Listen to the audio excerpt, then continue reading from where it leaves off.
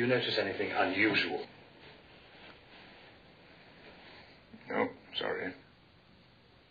Well, at first I thought this was just a fault in the film.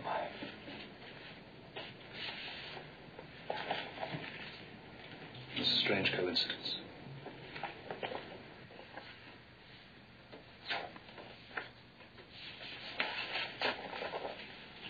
Then it happened again. Interesting, don't you think? All during the picture, there was strange things happening. And it was an aura of not being welcomed. I mean, the devil was really, I really sincerely believe that the devil didn't want the picture to be made. If we had been making a comedy, you would have recalled all the funny, great, ridiculous, silly moments that happened in that film. If you were doing a love story, you'd remember all the times somebody left their wife, no one fell in love, and the grand dead body, da. If you're doing The Omen, anything that happens on that film, you don't tell about the jokes, you don't tell about the love stories, you don't even think about it, but you think about anything that coincidentally could have been something to do with The Omen. So we had lots of them. There were all kinds of incidents during the shooting of this film, and the newspapers thought we made them up. Peck's plane was coming over, a TWA flight that was a direct flight from L.A. Everybody was always on. It got hit by lightning. 3 days later, David Seltzer was on the same flight. His plane was hit by lightning.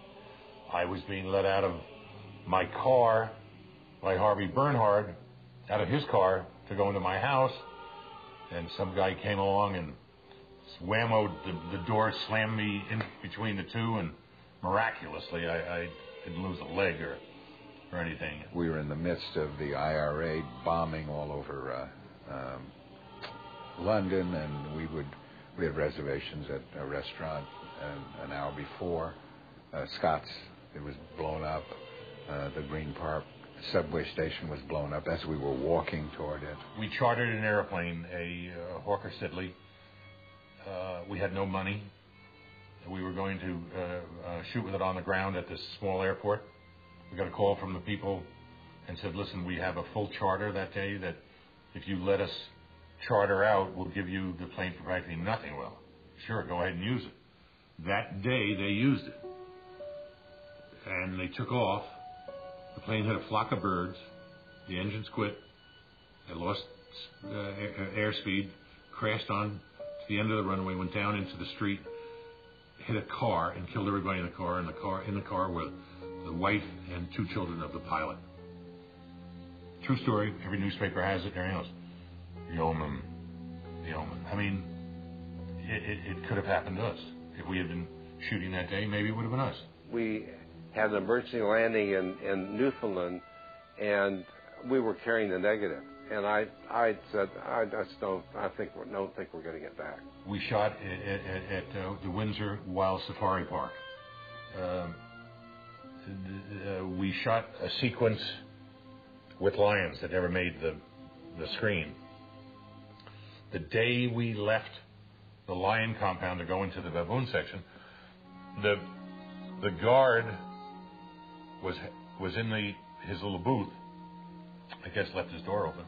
2 lions came in, attacked him, and killed him. That day, John Richardson was on a bridge too far in Belgium. He was our special effects man.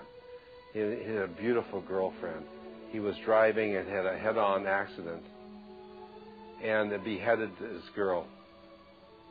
And John is the one that he invented the beheading of our picture. And so his girl was beheaded, and then he woke up and he saw Liège, 6.6 kilometers. That was frightening. We had all these things happen. Are they omens? Because is there something bigger? I say no, it's just an incredible coincidence. There are those that would like to think about it and that it's something more. And when the publicity department at Fox got their hands on it, we all said, yes, it's the Omen because we're selling our movie. I must admit that at first I thought, well, this is a really exciting idea, but I really don't believe in the devil. Even though I'm a Christian, I don't believe in the devil. I don't believe my salvation depends on believing in the devil. I think it depends on believing in Jesus Christ. And I told that to a famous theologian I was having dinner with one night. He said, look, he says, if you guys go ahead and make this movie, before you are done, you will believe the devil exists. And he was absolutely right, because as I'm sure the other fellows have told you, so many bizarre things happen. It's almost as if somebody didn't want this picture to be made, because the number one lie of the devil is that he doesn't exist. Did evil win?